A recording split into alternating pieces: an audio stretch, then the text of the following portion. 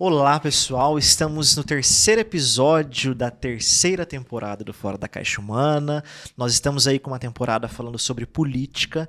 E no tema de hoje, nós escolhemos falar sobre os donos do poder. Entender como a política ela funciona até de uma forma conceitual e entender os bastidores da política, que ela também é permeada por outros poderes. Tudo bem, Samantha? Antes de Tudo começar, bem. né? Já comecei aqui Tudo bem, no... gente? Tudo certinho.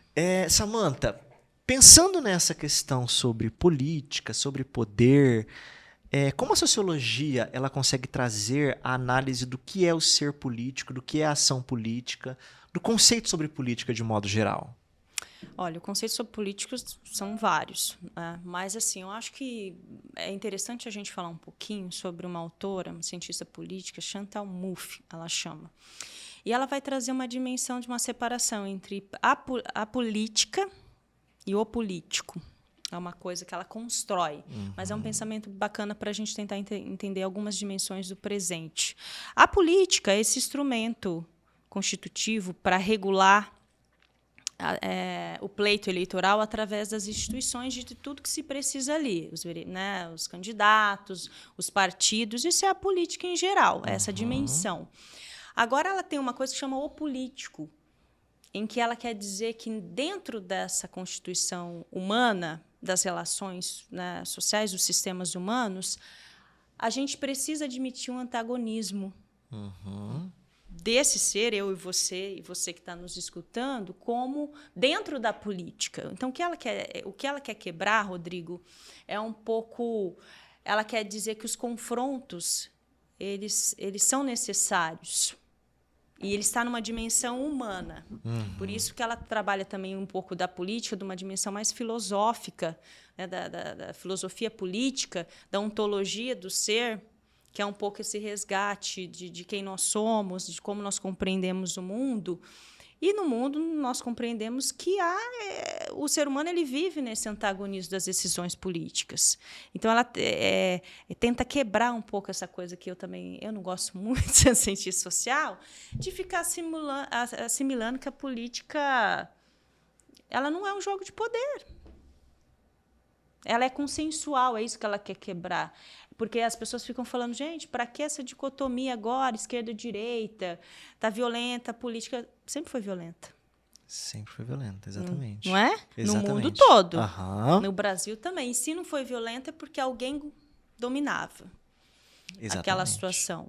Né? Como é que não vai ser antagônica se você quer uma coisa, eu quero outra? Eu acho que a gente pode chegar em um denominador comum, né? Porque senão isso aqui vira uma guerra. Nós Qual? temos que ter, de política de modo geral, nós temos que ter um denominador comum. Por outro lado, eu entendo que isso que ela diz é importante no sentido de ter opiniões realmente diferentes um dos outros. Nós estávamos falando antes. Imagina uma sociedade todo mundo pensando igual. Chatice. Mas o que ela visa é dizer assim, que ela não acredita muito numa democracia liberal onde todos vão viver felizes. É exatamente isso. Alguém porque vai não- viver mal alguém para vai outro viver viver mal. bem. Exatamente. Exatamente. E uma democracia Entendeu? liberal. Ou ela fala também cosmopolita, É. essa coisa de você, né, que sabe bem da globalizada, vamos todos viver juntos. De mãos dadas, dando A ONU risadas. eu sempre falo da ONU vai ajudar as relações. Não existe, cada um quer uma coisa. Cada um quer uma coisa. Né? Esse é o antagonismo. Então vamos reconhecer isso, que a coisa fica mais fácil. Por mais que essas instituições internacionais elas são importantes, ao meu ver, para intermediar o debate, Sim. elas são necessárias, mas eu acho que faz todo sentido o que ela está dizendo. Essa questão de todo mundo vai viver bem na globalização, mundo cosmopolita, Não, a democracia liberal. E pega aí, Rodrigo, como você enxerga a esquerda e a direita no Brasil? Tem algum problema? Samantha, É um... eu vou falar uma coisa de novo. Quando a gente vai Os olhar... embates, né? Hã? Tem problema nos embates, nas diferenças de ideias, né? Porque tem essa Tem. dimensão que o Brasil virou um país muito dualista. E, Tem. claro, afeta a vida da gente completamente. Afeta a vida da gente, mas assim, isso acontece no debate, né? Porque quando a coisa acontece na prática, da economia prática, economia macro prática, quase nada muda entre esquerda e direita. Eu tô achando também pouquíssimas que nisso coisas são a alteradas. gente tá percebendo. E é o que mais pega para nós. Né? Essa dualidade, esse antagonismo que ela fala que realmente tem que acontecer do ser político, né? Da política, quando você vai olhar para o Brasil esquerda-direita, você não vê tanta diferença nas aplicações mas econômicas. na governabilidade, você está falando. Agora, Na governabilidade. Agora, a mudança radical nas nossas relações se deu por completo, né? Na forma da gente interpretar uma novela. É de esquerda, é lá, comunista. Verdade. Louco, virou. Mas aí você não Na acha... vida social, tua família tem uma pessoa lá, já não vai no mesmo... Tem isso, sim. Tem. Final de ano tem gente que não aparece por conta de política. Principalmente em ano de eleição nacional, assim, as pessoas não aparecem. Mas você não acha que isso também é uma manipulação do que é mais e menos importante? Vou dar um exemplo. Eu estava assistindo um debate da Prefeitura de São Paulo e a gente estava até falando sobre isso antes. Que os temas principais e importantes não são debatidos. Né? Fica um fazendo caricatura, um falando do outro da corrupção do outro. Os temas não são debatidos. Então a gente fica até com dificuldade, às vezes, de falar realmente assim, economicamente a esquerda defende isso, politicamente a direita defende isso. Às vezes vira uma coisa tão turbulenta que parece que todo mundo é igual a todo mundo ali. Ninguém faz mais política. Política, né? exatamente. Política. Por mais que ali... A gente sabe que o partido PSOL, por exemplo, tem uma viés de esquerda, o PT talvez um centro-esquerda, etc., você não consegue ver, parece que de modo geral, na prática, na vida cotidiana, qual que é o papel da esquerda, qual é o papel da direita. Porque fica assim também. A esquerda defende pobre, a direita defende rico. Mas será realmente que é isso? Porque quando você pega um partido igual o PSOL, que é um partido de esquerda, há muita gente com dinheiro que vota no PSOL. Tanto que até uma chacota das eleições do Marcelo Freixo no Rio de Janeiro, dizendo que o Leblon que elege o Marcelo Freixo, são as favelas. Né? Então, será que a esquerda realmente está defendendo o pobre? Ou ela é um reduto da classe média? Esse momento político, esse momento atual econômico não é bom, né? Não é bom. Não é bom. E aí, quando ela volta a falar sobre o antagonismo, que tem que existir isso, aí a gente volta para o Brasil, eu não sei se há realmente. Mas você sabe que também tem uma coisa, eu acho que as pessoas perderam poder até sobre isso, porque o Foucault que vai falar do biopoder, o poder das instituições são maiores do que tudo isso.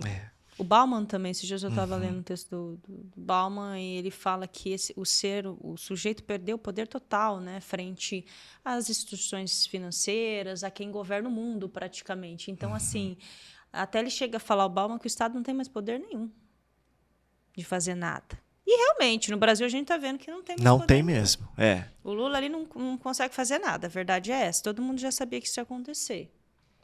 Você discorda de mim? Não, eu não discordo. Eu tô pensando, sabe em quê? Eu vindo pra cá, eu tava ouvindo o Delfim Neto, né? Que nós até falamos também, que o Delfim Neto faleceu, e aí o pessoal fazendo uma retrospectiva do Delfim Neto, do que o Delfim Neto foi. E aí colocaram uma fala na Globo News dele dizendo assim, não existe economia sem a intervenção do Estado. Não tem como a economia ser tocada sem a intervenção do Estado. E olha que ele foi ministro da ditadura militar. Ele passou bastante tempo. Não, e aí você vê a carreira dele, ele apoiou Dilma, Lula, FHC, sim, ele perpassou todo mundo. Fernando Henrique Cardoso. Você fala, meu Deus, o Temer. Você fala, cara, realmente ele estava andando em tudo ali. Então, quando você vai olhar o papel do Estado, você pensa assim, não tem como pensar uma sociedade sem intervenção estatal. E aí você disse, no Brasil isso não acontece. Mas quem é o Estado hoje? Ele é diferente do que ele era antigamente, né? Tem outros fenômenos. Tem outras possibilidades acontecendo no mundo. Por que a China se despontou como se despontou? Porque o Estado é muito forte. Por que os Estados Unidos é uma grande economia ainda? Porque o Estado é muito forte.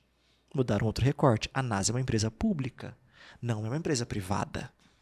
O Estado, nos Estados Unidos, intervém de modo muito forte. É muito significativo. Né? Investe. Ele é muito presente. Quando a gente vai olhar para esses países... É a moeda internacional. Por mais que esteja em baixa... É calculado por hora. Exatamente, por hora é a moeda internacional. E quando você vai olhar para país subdesenvolvido, é o que você disse. Quem é o Estado aqui? Quem? São as empresas que estão fazendo o Estado? O Estado talvez nem existe em alguns países, quando você for olhar realmente. Será que não são as instituições financeiras, Será os que- grupos de poder? Uhum. Não só aqui, eu acho que em mais lugares também. Eu já ouvi falar em alguns debates assim, você falou de instituição financeira, e a mídia tem muito isso. Tem que ver o que o mercado quer, né? Porque a mídia fala isso, o mercado tem que tocar. E aí teve gente que já falou assim de político, então vamos fazer o seguinte, ninguém vota, Dá tudo pro mercado. deixa o mercado decidir, porque já que é o mercado que toca a coisa, não tem por que o povo votar. É. Né? E se o mercado está junto com a mídia, não tem por que fazer essa relação. Então, já vi muita gente fazendo essa crítica, né, do papel das instituições financeiras, do papel dos bancos. A gente tem que dividir também o que é banco, o que é instituição financeira, bolsa de exato. valores, são interesses diferentes, né? Então, nesse sentido, a gente tem que olhar para esse povo. E que nesse tá por sentido trás. também, ó, vem com isso, o político ele vai virar um gestor, né? Um coach. Um coach. É a consequência disso, né? Não existe o Estado com aquele político mais, não, existe um domínio econômico ali. O Estado é uma empresa que na mão de outras pessoas quase isso, então eu preciso de um gestor. Você acha que isso é problemático quando a gente pensa em gestor? Não, de gerenciamento, de eficiência, não. Não. Jamais. Agora, nessa concepção, eu acho que o Brasil faz de ficar pegando figuras emblemáticas assim do mercado, né, de que vem quer se propagar uma ideologia liberal como se isso fosse a solução do Brasil, tem que ver, né? Você está entendendo o que eu estou querendo dizer? Sim, eu acho que é problemático. Eu acho que é problemático essa fala do gestor, porque política e presença de Estado não se faz com gestor. E não se faz por meio Não, o gerenciamento de empresa. tem que ter, porque ele tem que estar lá para gerir direito Tem, também. mas eu acho que a terminologia do gestor é muito problemática. É que porque ela você tá leva. impregnada agora. Isso, e você leva para uma questão empresarial. O Estado não é uma empresa. E aí no Brasil eu acho que isso é muito mas difícil isso já de ser sendo compreendido. assimilado, é isso que eu tô dizendo. Exatamente. Está O sendo Estado é uma empresa. O Estado é uma empresa. E Qual que é o ele tem que objetivo dar de uma lucro para empresa? certas pessoas. Fechou. Né? Fechou. Exatamente isso que eu ia chegar. Qual que é o objetivo principal de uma empresa? É lucrar. Ah, então isso é errado? Dentro do Estado, na minha concepção, sim. O Estado não tem que lucrar. Ele tem que ter empresas que possam subsidiar as políticas públicas dele, mas não deve ser o objetivo principal. Sim. Porque vão falar assim, então você está dizendo que a Petrobras é uma empresa errada. Não, não é isso. A Petrobras é uma empresa estratégica porque o Brasil tem petróleo, gás, recurso natural e etc. Então essa empresa precisa existir porque ela lucra para dar subsídios a outras políticas também, ao Estado. para fazer políticas públicas, Para fazer todo educação, o resto, saúde, isso. lazer e etc. Então ele pode ter esse dinheiro. Pode. Ele deve Deve. até. Não só do contribuinte, porque pesa. Mas é isso que nós estamos dizendo. Agora, quando você pega e você vende todas as ações da Petrobras, você precisa dar lucro, né? Exatamente. Então você tem que ser uma empresa.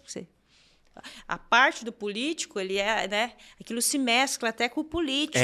Porque na hora que chegar lá no político, vai dizer como que está lá a relação com a tal empresa lá, como que você vai se posicionar, o que você vai dar de retorno para a gente. Isso vai pegando tudo, é isso que eu quero dizer. É verdade. Vai se mesclando. E até nós, brasileiros, vamos começando a assimilar, porque já vem com esse histórico da figura do político ser um traste. Detesto político. Então, se você chegar e falar eu sou um ótimo político, já não pega bem. Não pega bem. Não é? É, exatamente. Não pega bem. Então, começa a aparecer no cenário figuras muito que se separam muito desse político antigo para dizer que ele está trazendo uma coisa nova. Vou dar um exemplo, então. O Pablo Marçal é um exemplo. O Pablo Marçal, hoje a preocupação na Prefeitura de São Paulo, na eleição municipal de São Paulo, é o Pablo Marçal. Por quê?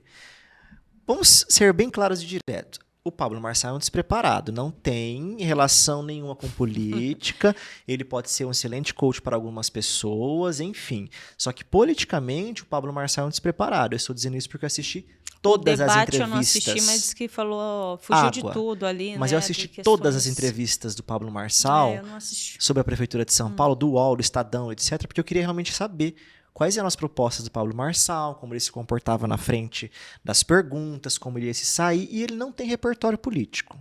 Ele foge das respostas, então ele não tem tempo pra repertório. Ele ter, né? Não o cara tem, não é nem dessa área. Pode ser, igual eu falei, pode ser um bom coach para algumas pessoas, mas ele não tem repertório político. E aí a preocupação, se ele ganha, o que vai fazer da Prefeitura de São Paulo? Uma empresa? Porque ele sabe tocar empresa. Se ele é milionário em alguma coisa. É isso que eles... Exatamente pode o que eu tô falar, falando. o pessoal pegar, mas o Pablo Marçal sonegou, etc., por isso que ele virou milionário. Tudo bem. Mas ele é empresário. Alguma coisa de empresa ele entende. Com isso. Só que ele tem que entender que a Prefeitura de São Paulo não tem essa relação. É outra esfera. E aí, volta no que você falou, é preocupante, porque vira uma coisa só para ele, né? Já vira e já tá virando. Já está virando uma coisa só. E você vê que essa associação também com o público, né? Ele foi lá no Rio Grande do Sul, pegou o jet ski lá dele, para já associar uma figura desse político antigo, para fazer essa passagem. É verdade. E tem muita gente fazendo isso no Brasil para entrar na política. Pega um desastre, uma coisa assim, ou um acontecimento, ou começa a defender um político e ele ganha notoriedade ali. Você já percebeu isso, principalmente nas eleições passadas? Como você pega os influencers. Isso que eu ia dizer. Eu vi não sei nem onde eu vi no Instagram, a Deolane. Ela falou assim, ela estava respondendo alguém que criticou ela, e ela falou assim, gente, o tanto de proposta que eu recebo para virar política, vocês não têm ideia. Então o povo quer isso também, né? Então, o que se precisa para virar político hoje é muito diferente, né? Muito diferente. Do passado. É verdade. Ela precisa ter visibilidade e já ter seguidores. Já puxa esses seguidores. Não importa o que ela vai falar. Daqui a pouco o Brasil tá um país de influencers governando, influencers e empresários, tudo ao mesmo tempo. Porque ela também é empresária, né? Então, influencers e empresários. Eu vou falar, se ela se candidata, ela ganha. Ela ganha. Uma Jojo Todinho, ela ganha. Ela ganha. Pelo que ela representa, né? Enquanto mulher, negra, etc. Mas pelo que ela fala também. Ela ganharia uma eleição. E você quer saber? Eu acho que o brasileiro está numa fase assim que você chega em casa, você abre um negócio ali, a pessoa fala de política que vai fazer, aí pronto, vai nessa aqui mesmo. Tiririca. Exaustos de trabalhar, economicamente as coisas não vão bem, né? A gente percebe, cansado dessas disputas políticas, porque elas desgastam o nosso emocional, porque isso entra dentro das nossas relações, né? Vai permeando tudo. Né? Numa coisa que você fala ali que você não pode falar. Então, eu acho, como ninguém nunca acreditou em político no Brasil, porque a gente tem um histórico péssimo mesmo, sei lá, vai que essa pessoa dá um jeito. Ninguém parece que quer mais perder tempo. E olha que nós somos pessoas que estudamos, pesquisando, às vezes dá uma sensação assim, ai, que cansaço. Que cansaço. A pessoa começa a falar lá, e horário político, elas têm isso ainda, tipo assim, ai, ninguém acredita mais. Então, ai, é isso aqui mesmo? Deixa eu pegar aqui. Acho que ela é legal. Ela fala bem, ela vê lá, ela faz uma coisa social lá e gravou no Instagram. Não é isso que o Pablo faz? Exatamente. Até um voto de protesto, né? Do tipo, eu vou votar só para pirraçar. Já que vocês políticos que estão aí há 20, 30 anos não mudam nada, política, né? Nós vamos colocar um voto de protesto. Distoante. Já que o Pablo Marçal estava falando um monte de besteira no debate, é ele que eu vou votar mesmo. É nele que eu vou fazer, porque assim, eu tô cansado disso. Eu tô cansado as pessoas, de modo geral, né? Eu tô cansado do Boulos, tô cansado do Ricardo Nunes, tô cansado do político formal. Isso. Eu quero uma coisa mesmo pra deslanchar.